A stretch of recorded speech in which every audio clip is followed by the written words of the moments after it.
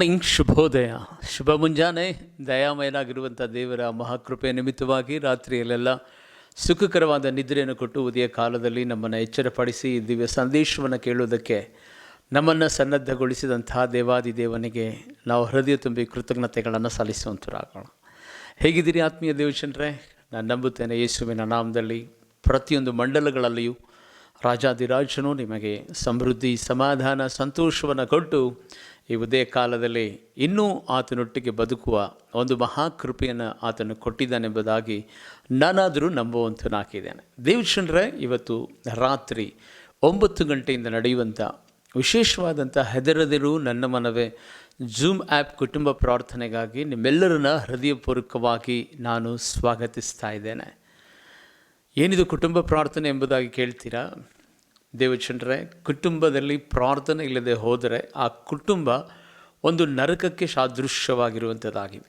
ಕಾರಣ, ಯಾವತ್ತೂ ಸಹ ನಮ್ಮ ಕುಟುಂಬ ಆತ್ಮಿಕತೆಯಲ್ಲಿ ಹೃದಯಾಗಬೇಕಂದರೆ ಪ್ರಾರ್ಥನೆ ಬಹಳ ಪ್ರಾಮುಖ್ಯವಾದದ್ದು ಆಗಿರುವಂಥದ್ದಾಗಿದೆ.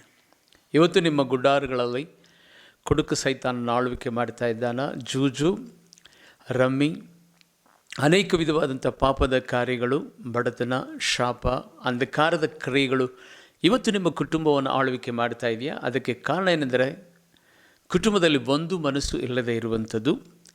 ಅಷ್ಟು ಮಾತ್ರವಲ್ಲ, ಕುಟುಂಬದಲ್ಲಿ ಪ್ರಾರ್ಥನೆ ಇಲ್ಲದೆ ಇರುವುದಕ್ಕೆ ಈ ರೀತಿಯಾದಂಥ ಕಾರ್ಯಗಳನ್ನು ಶತ್ರು ಆಗಿರುವಂಥ ಸೈತಾನನ್ನು ತಂದು ನಿಮ್ಮ ಕುಟುಂಬವನ್ನು ನಾಶನದ ಹಂಚಿನಲ್ಲಿ ಈಗ ತೆಗೆದುಕೊಂಡು ಹೋಗಿರುವುದಾದರೆ ತ್ವರೆಪಟ್ಟು ಯೇಸುವಿನ ನಾಮದಲ್ಲಿ ಈ ರಾತ್ರಿಯಲ್ಲಿ ನಡೆಯುವಂಥ ಈ ಕುಟುಂಬ ಪ್ರಾರ್ಥನೆಯಲ್ಲಿ ಈ ಝೂಮ್ ಆ್ಯಪ್, ಅಂದರೆ ನಿಮ್ಮ ಹತ್ರ ಇರುವಂಥ ಮೊಬೈಲಲ್ಲೇ ಝೂಮ್ ಆ್ಯಪನ್ನು ಡೌನ್ಲೋಡ್ ಮಾಡಿಕೊಂಡು ನಾವು ಕಳಿಸುವಂಥ ಲಿಂಕನ್ನು ನೀವು ಲಾಗಿನ್ ಹಾಕಿ ಸರಿಯಾಗಿ 9 ಗಂಟೆಗೆ ನಿಮ್ಮ ಮನೆಗಳಲ್ಲಿ ನಿಮ್ಮ ಗಂಡ, ಹೆಂಡತಿ, ಮಕ್ಕಳು, ತಂದೆ, ತಾಯಿ ಒಟ್ಟಾಗಿ ಸೇರಿ ಕೂತುಕೊಂಡು ದೇವರನ್ನು ಪ್ರಾರ್ಥನೆ ಮಾಡೋದಕ್ಕೆ ಪ್ರಾರಂಭ ಮಾಡಿರಿ. ನಮ್ಮೊಡಗೂಡಿ ದೇವರ ವಾಕ್ಯವನ್ನು ಮತ್ತು ಅನೇಕ ಸಂಗತಿಗಳಿಗಾಗಿ ಪ್ರಾರ್ಥಿಸುವಂಥ ಒಂದು ಸುಸಂದರ್ಭ ಇದಾಗಿರುವುದಕ್ಕಾಗಿ ನೀವೆಲ್ಲರೂ ಸಹ ಇದರಲ್ಲಿ ಭಾಗವಹಿಸುವುದಾದರೆ ನೀವು ಬರೆದಿಟ್ಕೊಳ್ರಿ. ಯೇಸುವಿನ ನಾಮದಲ್ಲಿ ನಿಮ್ಮ ಕುಟುಂಬದಲ್ಲಿ ಇದುವರೆಗೆ ಶತ್ರು ಏನೆಲ್ಲ ಕಾರ್ಯಗಳನ್ನು ನಡೆಸಿದಾನೋ ಆ ಎಲ್ಲವನ್ನು ಗಂಟು ಮೂಟೆ ಕಟ್ಟಿಕೊಂಡು ಆತನು ಹೋಗೋದರ ಮೂಲಕವಾಗಿ ಸಮೃದ್ಧಿ, ಸಮಾಧಾನ, ಆರೋಗ್ಯ, ನೆಮ್ಮದಿ, ಆಶೀರ್ವಾದವನ್ನು ದಯಾನಿಧಿಯಾಗಿರುವ ದೇವರು ನಿಮ್ಮ ಗುಡ್ಡಾರದಲ್ಲಿ ಆತನು ತಂದು ನಿಮಗೆ ಉನ್ನತವಾದಂಥ ಕೃಪೆಯಿಂದ ಮಾನಿಸುತ್ತಾನೆ. ಹೇಗೆ ಪಾಸ್ಟರ್ ಎಂಬುದಾಗಿ ಹೇಳ್ತೀರಾ? ಹಾಗಾದರೆ ಈ ಕುಟುಂಬ ಪ್ರಾರ್ಥನೆಯಲ್ಲಿ ಬಂದು ಭಾಗವಹಿಸಿ ನೋಡಿ, ಬರೆದಿಟ್ಟುಕೊಳ್ರಿ. ಯೇಸುವಿನ ನಾಮದಲ್ಲಿ ಇದೇ ದಿವಸ ಮೊದಲುಗೊಂಡು ನೀವು ಕುಟುಂಬ ಪ್ರಾರ್ಥನೆ ನಿರಂತರವಾಗಿ ಮಾಡುವುದಾದರೆ ನಿಮ್ಮ ಕುಟುಂಬ ಒಂದು ದೈವಿಕವಾದ ಕುಟುಂಬವಾಗಿ ಮಾರ್ಪಡುತ್ತದೆ. ಪರಲೋಕದ ದ್ವಾರಗಳನ್ನು ಕರ್ತನು ನಿಮ್ಮ ಜೀವಿತದಲ್ಲಿ ತೆರೆದು ಆಶೀರ್ವಾದ ಮಾಡುವಂತನಾಗಿದ್ದಾನೆ. ಹಾಗಾದರೆ ರಾತ್ರಿ 9 ಗಂಟೆಗೆ ನಡೆಯುವಂಥ ಈ ವಿಶೇಷವಾದ ಕುಟುಂಬ ಪ್ರಾರ್ಥನೆಯಲ್ಲಿ ಎಲ್ಲರೂ ಭಾಗವಹಿಸ್ತೀರಾ? ಖಂಡಿತವಾಗಿ ನಿಮ್ಮ ಅದ್ಭುತದ ಸಮಯ. ಈ ಸಮಯವನ್ನು ಯಾರೂ ಮಿಸ್ ಮಾಡಿಕೊಳ್ಬೇಡ್ರಿ. ದೇವಜನರೇ, ಇವತ್ತು ಒಂದು ದಿವ್ಯವಾದಂಥ ಸಂದೇಶವನ್ನು ನಾವು ಕೇಳಲಿಕ್ಕೆ ಹೋಗಲಿಕ್ಕಿದ್ದೇವೆ. ಪಟ್ಟು ಹುಡದ ಪಟ್ಟು, ಪಟ್ಟು ಹುಡದ ಪಟ್ಟು, ಹುಡದ ಪಟ್ಟು ಅದ್ಭುತವಾದ ಪಟ್ಟು. ಕೇಳಿದರೆ ಆಶ್ಚರ್ಯವಾಗ್ತಾ ಇದೆಯಾ? ನೀವೆಲ್ಲರೂ ಸದಾ ಹುಡಾನ ನೋಡಿರ್ತೀರಿ ಎಂಬುದಾಗಿ ನಾನು ನೆನೆಸುತ್ತೇನೆ. ಈಗಿನ ಮಕ್ಕಳು ಅದನ್ನು ನೋಡಿರೋದಕ್ಕೆ ಸಾಧ್ಯವಿರೋದಿಲ್ಲ. ಯಾಕೆಂದರೆ ಹಳ್ಳಿಗಾಡುಗಳಲ್ಲಿ ಆ ಹುಡ ಬೆಟ್ಟ ಪೊದೆಗಳಲ್ಲಿ, ಗುಹೆಗಳಲ್ಲಿ ಅದು ವಾಸ ಮಾಡುವಂಥದ್ದಾಗಿದೆ. ಈ ಹುಡದ ಪಟ್ಟು ಎಂಬುದಾಗಿ ನೀವು ನೆನೆಸುವಂಥ ಸಂದರ್ಭದಲ್ಲಿ ಯಾವುದೇ ಒಬ್ಬ ಮನುಷ್ಯ ಆಧ್ಯಾತ್ಮಿಕವಾಗಿ ಒಂದು ಪಟ್ಟನ್ನು ಹಿಡಿದುಕೊಂಡು ತನ್ನ ಜೀವಿತದ ಗುರಿಯನ್ನು ಮುಟ್ಟುವ ತನಕ ಆತನು ನಡೆಯುವುದಾದರೆ ಪಟ್ಟು ಇರುವಂಥ ಮನುಷ್ಯ ಋಷಿಯಾಗಿ ಮಾರ್ಪಡ್ತಾನೆ ಎಂಬುದಾಗಿ ಒಬ್ಬ ವ್ಯಾಖ್ಯಾನಕಾರನು ಹೀಗೆ ಹೇಳ್ತಾನೆ. ಯಾಕೆಂದರೆ ಪಟ್ಟು ಬಿಡದೆ ಯಾವುದೇ ಒಂದು ಕೆಲಸವನ್ನು ಮಾಡಿದರೆ ಅದರಲ್ಲಿ ಜಯ ಶತಸಿದ್ಧ.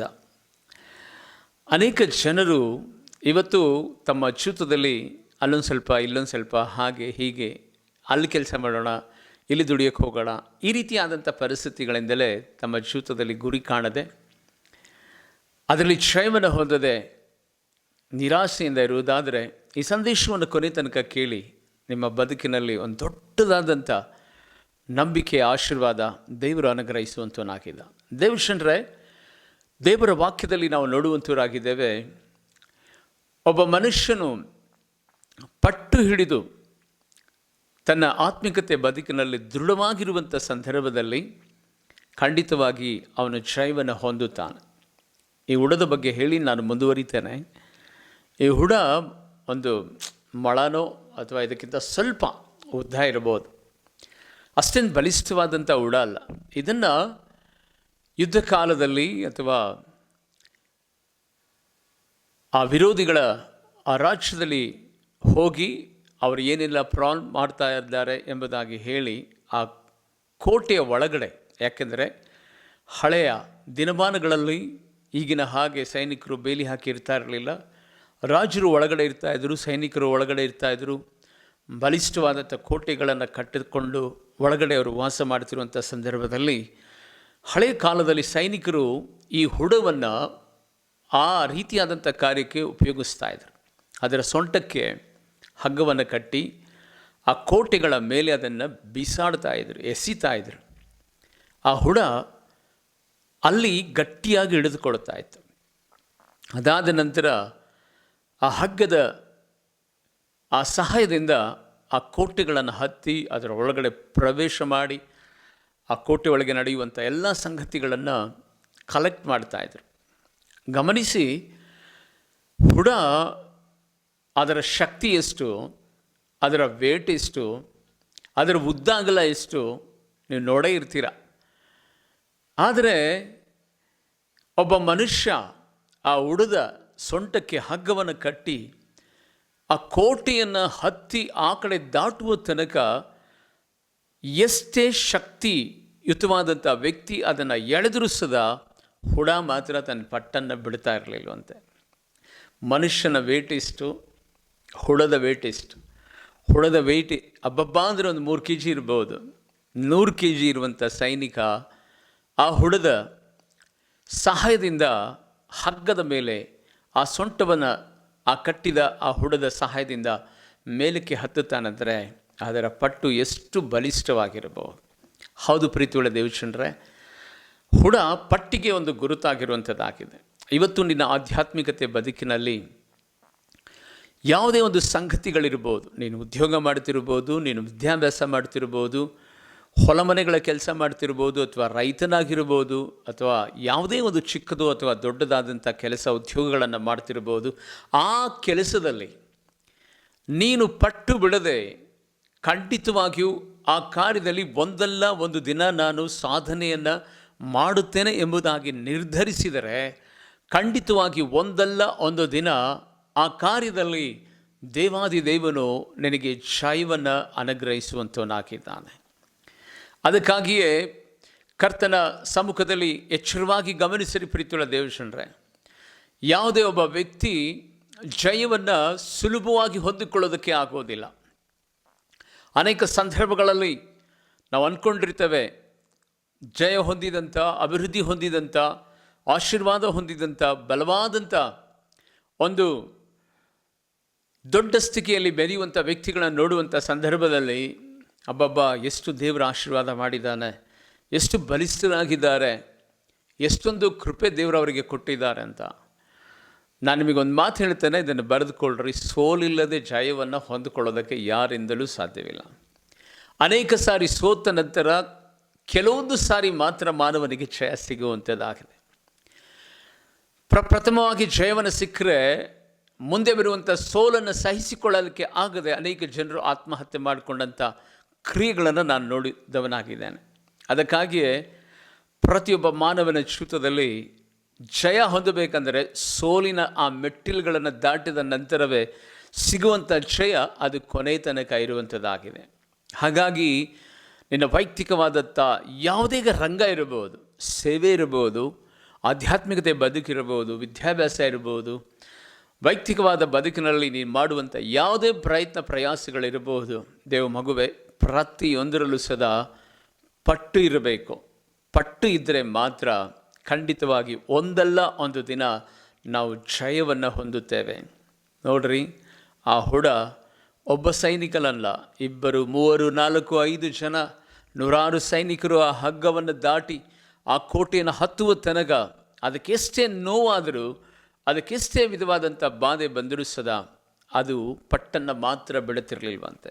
ಹಾಗಾಗಿ ಕರ್ತನ ಸನ್ನಿಧಾನದಲ್ಲಿ ದೇವಚಂದ್ರೆ, ದೇವರು ಸಹ ದೇವರ ವಾಗ್ದಾನ ವಚನದಲ್ಲಿ ಇವತ್ತು ನಮ್ಮ ಸಂಗಡ ಮಾತನಾಡುತ್ತಿರುವಂಥ ಸಂಗತಿಯನ್ನು ಗೊತ್ತಾ?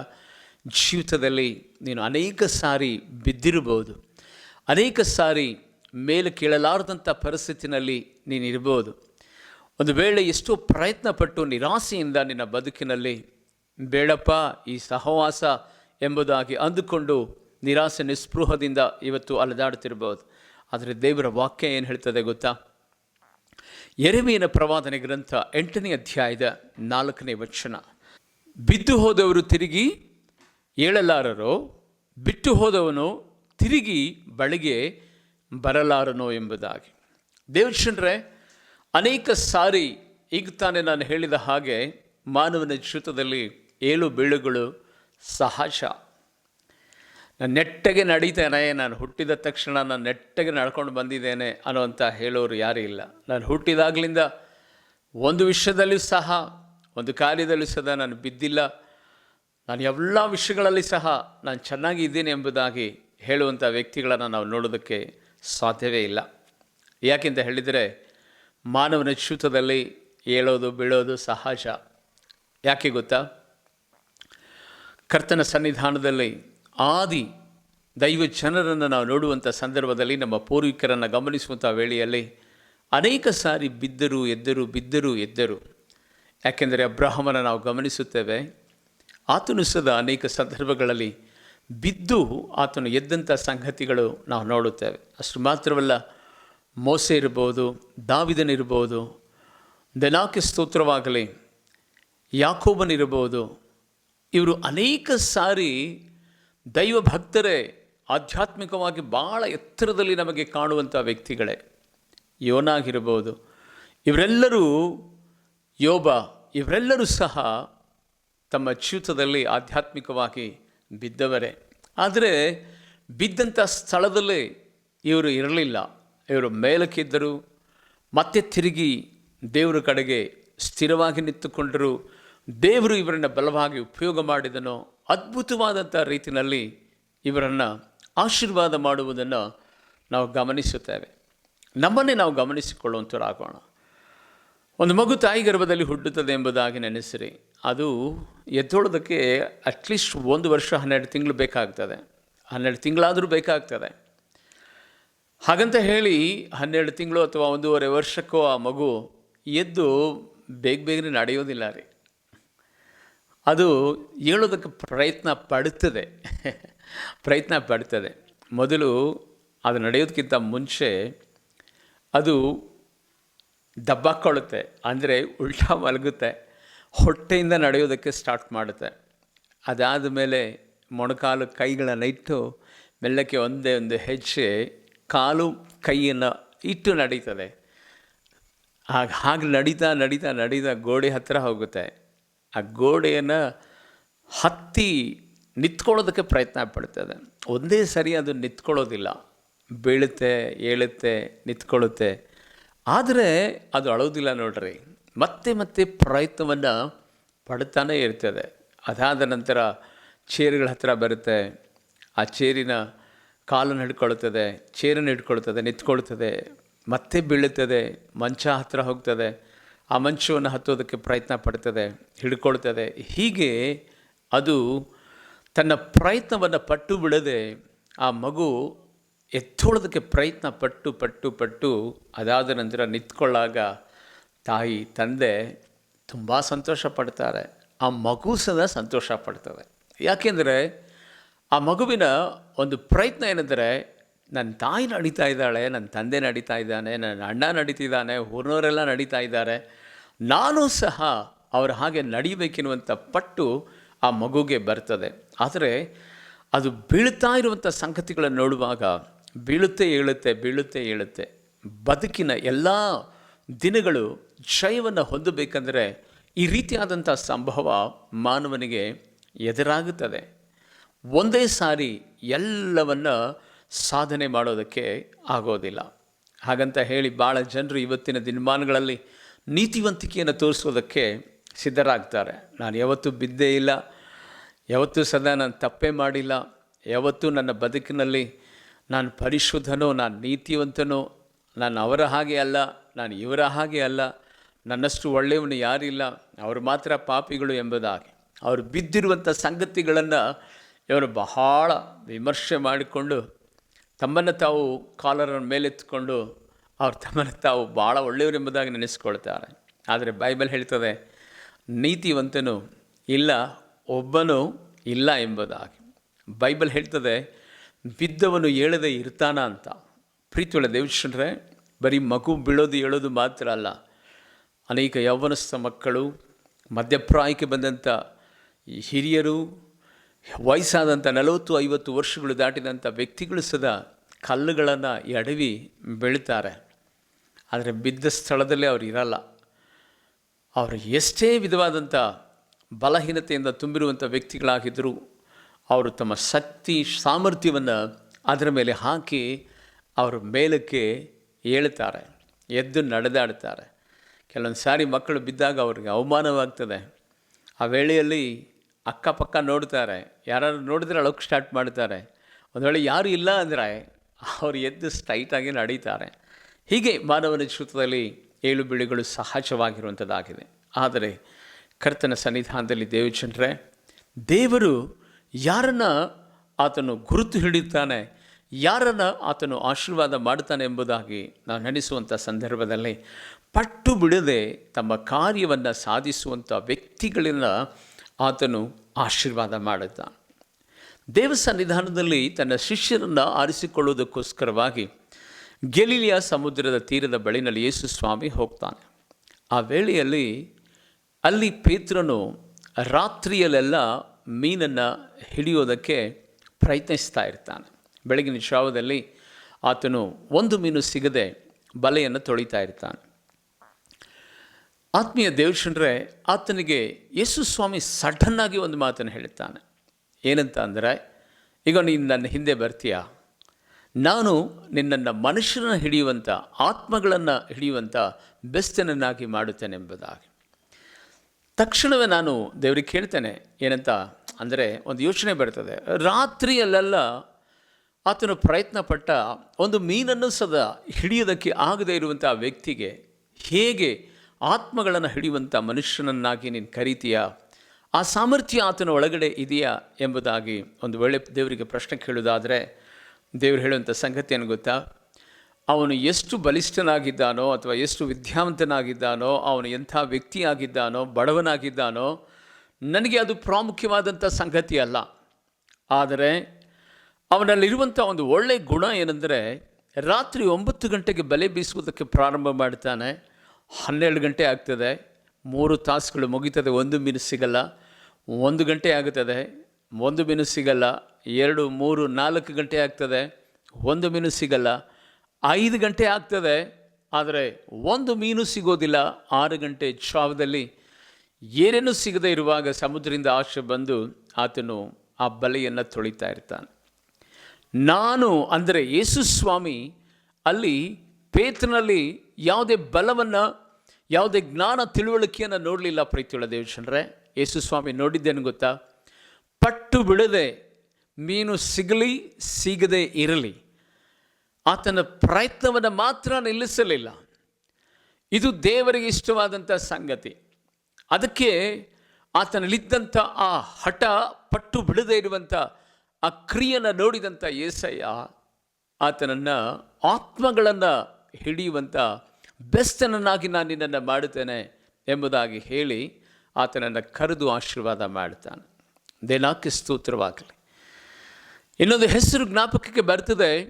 ಯಾಕೋಬನ ಜೀವಿತವನ್ನು ನೋಡುವಂಥ ಸಂದರ್ಭದಲ್ಲಿ ದೇವಜನರೇ, ಆತನು ರಾತ್ರಿಯಲ್ಲೆಲ್ಲ ಕರ್ತನ ಸನ್ನಿಧಾನದಲ್ಲಿ ಆತನು ಪ್ರಾರ್ಥನೆ ಮಾಡ್ತಾನೆ. ದೇವರ ಪಾದವನ್ನು ಬಿಗದಪ್ಪೋಯ್ ಆತನು ಹೇಳುವಂಥ ಸಂಗತಿಯನ್ನು ಗೊತ್ತಾ? ನೀನು ನನ್ನನ್ನು ಆಶೀರ್ವದಿಸದ ಹೊರತು ನಾನು ನಿನ್ನನ್ನು ಬಿಡೋದಿಲ್ಲ ಎಂಬುದಾಗಿ ಪಟ್ಟು ಹಿಡಿದು ಪ್ರಾರ್ಥನೆ ಮಾಡ್ತಾನೆ. ಉದಯ ಕಾಲದ ಸೂರ್ಯೋದಯದ ಸಮಯವಾಗ್ತದೆ. ದೇವರು ಕೇಳ್ಕೊಳ್ತಾನೆ, ಬಿಟ್ಟು ಬಿಡು, ನನಗೆ ಉದಯ ಕಾಲವಾಯಿತು, ನಾನು ಹೋಗಬೇಕು ಎಂಬುದಾಗಿ. ಇಲ್ಲ, ನೀನು ನನ್ನನ್ನು ಆಶೀರ್ವದಿಸದ ಹೊರತು ನಾನು ನಿನ್ನನ್ನು ಬಿಡೋದಿಲ್ಲ ಎಂಬುದಾಗಿ ಹೇಳಿ ತಿರುಗಿ ಆತನು ಪಾದವನ್ನು ಗಟ್ಟಿಯಾಗಿ ಹಿಡಿದು ಪ್ರಾರ್ಥನೆ ಮಾಡ್ತಾನೆ. ಹೌದಾ ಎಂಬುದಾಗಿ ನೆನೆಸಿ ದೇವರು ಒಂದು ಏಟನ್ನು ಕೊಡ್ತಾನೆ. ಆತನ ತೊಡೆಯ ಕೀಲು ಮುರಿದು ಹೋಗ್ತದೆ. ಆದರೂ ಸದಾ ಯಾಕೋಬನು ಪಟ್ಟು ಬಿಡದೆ ದೇವರ ಹತ್ರ ಪ್ರಾರ್ಥನೆ ಮಾಡುವಾಗ ದೇವರು ಆತನಿಗೆ ಇಸ್ರಾಯೇಲ್ ಎಂಬುದಾಗಿ ಹೇಳಿ ಆತನನ್ನು ಆಶೀರ್ವಾದ ಮಾಡಿದಂಥ ಸಂಗತಿಯನ್ನು ನಾವು ನೋಡುವಂಥವರಾಗಿದೆ. ಗಮನಿಸ್ತಾ ಇದ್ದೇನೆ ಪ್ರೀತಿಯುಳ್ಳ ದೇವಜನರೇ, ಕರ್ತನು ಯಾರನ್ನು ಆಶೀರ್ವಾದ ಮಾಡ್ತಾನೆ?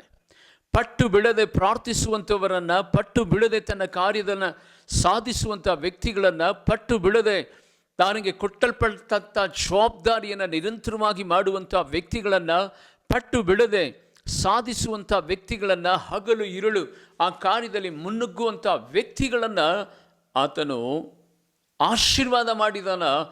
ಸತ್ಯವೇದದಲ್ಲಿ ನಾವು ನೋಡುವಂಥವರಾಗಿದೆ. ದೇನಾಕ್ಕೆ ಸ್ತೋತ್ರವಾಗಲಿ.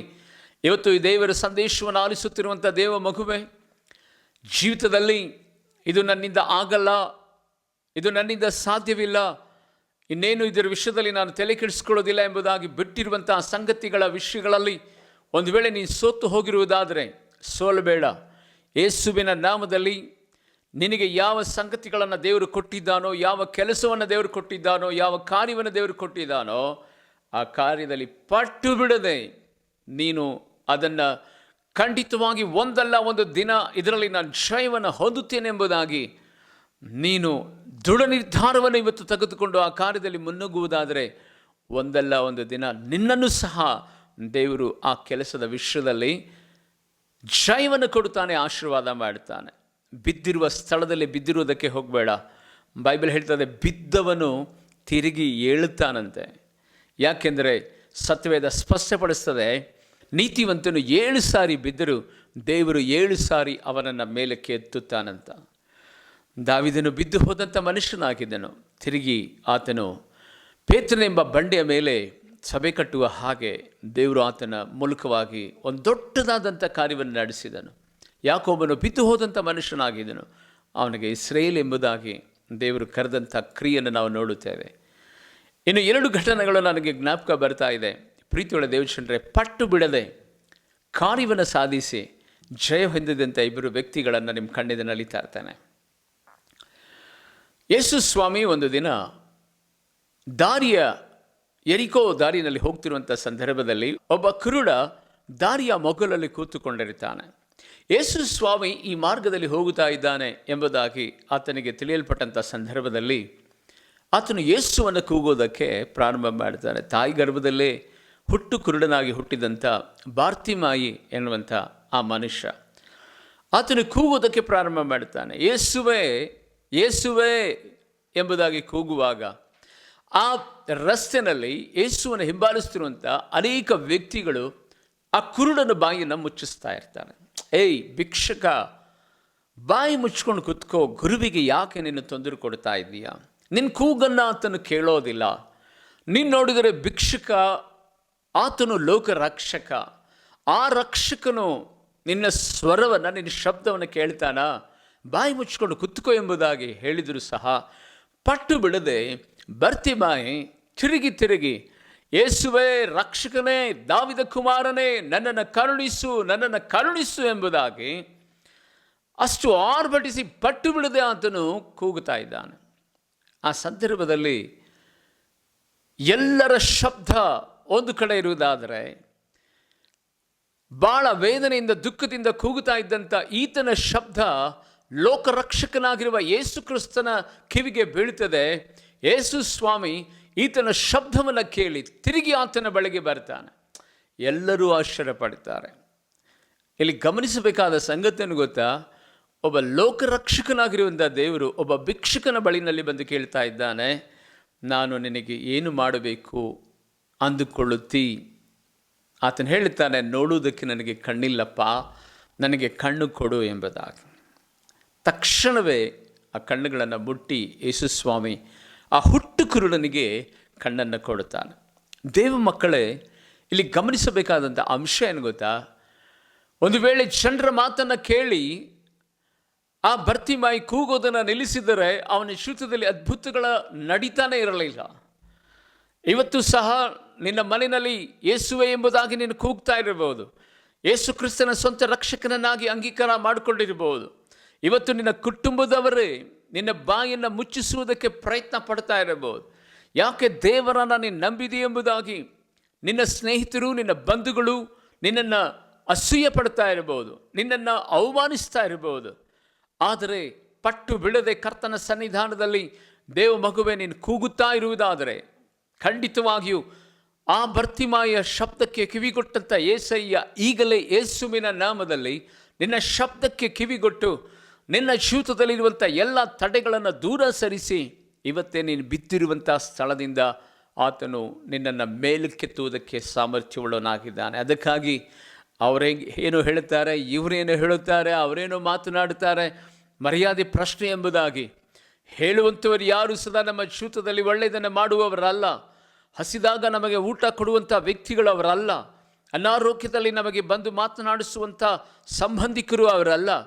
ಪ್ರತಿ ಕ್ಷಣವೂ ಸದಾ ಒಂದು ವೇಳೆ ಯೇಸು ಕ್ರಿಸ್ತನ ನಂಬಿರುವಂಥ ದೇವರ ಮಗುವಾಗಿರುವುದಾದರೆ, ದೇವರ ಮಗುವೆ ಇವತ್ತಿನಿಂದ ಪಟ್ಟು ಬಿಡದೆ ಭರ್ತಿಮಾಯೋಪಾದಿಯಲ್ಲಿ ನೀನು ಕೂಗುವುದಾದರೆ ಖಂಡಿತವಾಗಿ ಅನಾರೋಗ್ಯದಲ್ಲಿದೆಯಾ, ಬಡತನದಲ್ಲಿದೆಯಾ, ಸಾಲದಲ್ಲಿದೆಯಾ, ಮಕ್ಕಳ ವಿವಾಹದ ತಡೆಗಳ ಮಧ್ಯದಲ್ಲಿದೆಯಾ, ಕುಟುಂಬದ ಸಮಸ್ಯೆಗಳಲ್ಲಿದೆಯಾ, ಖಂಡಿತವಾಗಿ ಪ್ರತಿಯೊಂದನ್ನು ಸರಿ ಮಾಡುವುದಕ್ಕೆ ಆತನು ಸಾಮರ್ಥ್ಯವುಳ್ಳನಾಗಿದ್ದ.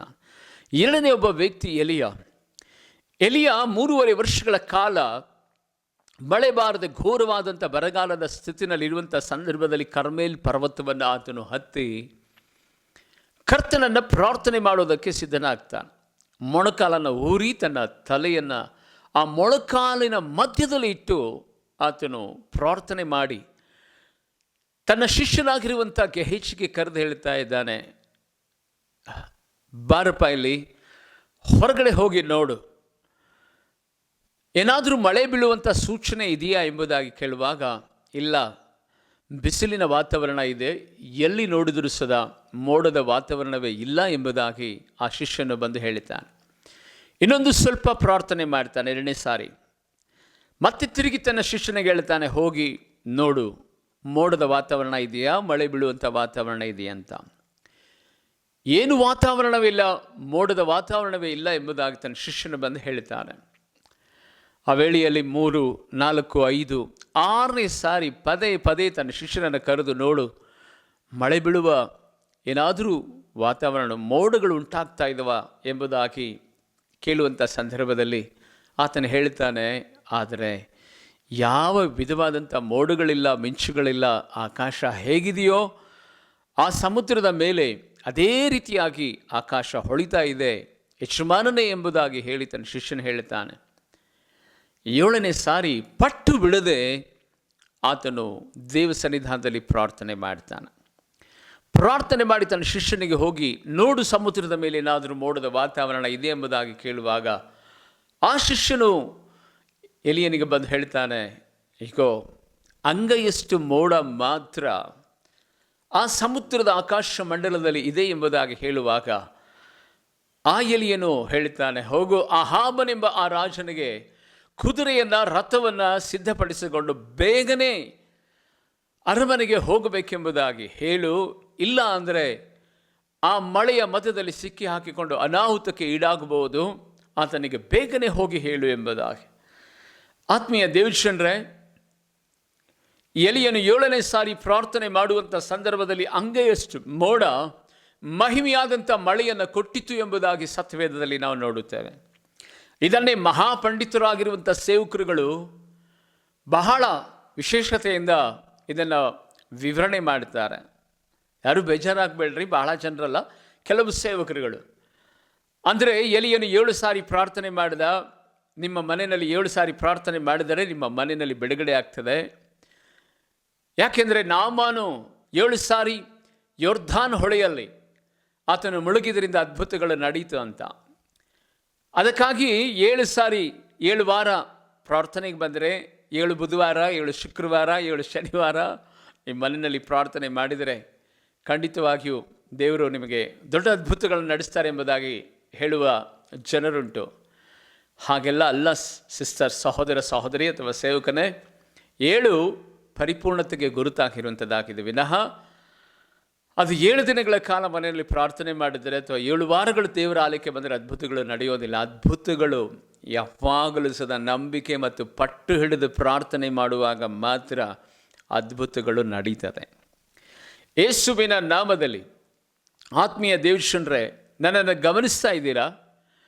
ಪಟ್ಟು ಬಿಡದೆ ಬರ್ತಿಮಾಯಿ ಕರ್ತನ ಸನ್ನಿಧಾನದಲ್ಲಿ ಕೂಗಿದ್ದಕ್ಕೆ ಆತನ ಚಿತ್ತದಲ್ಲಿ ಅದ್ಭುತ ನಡೆಯಿತು.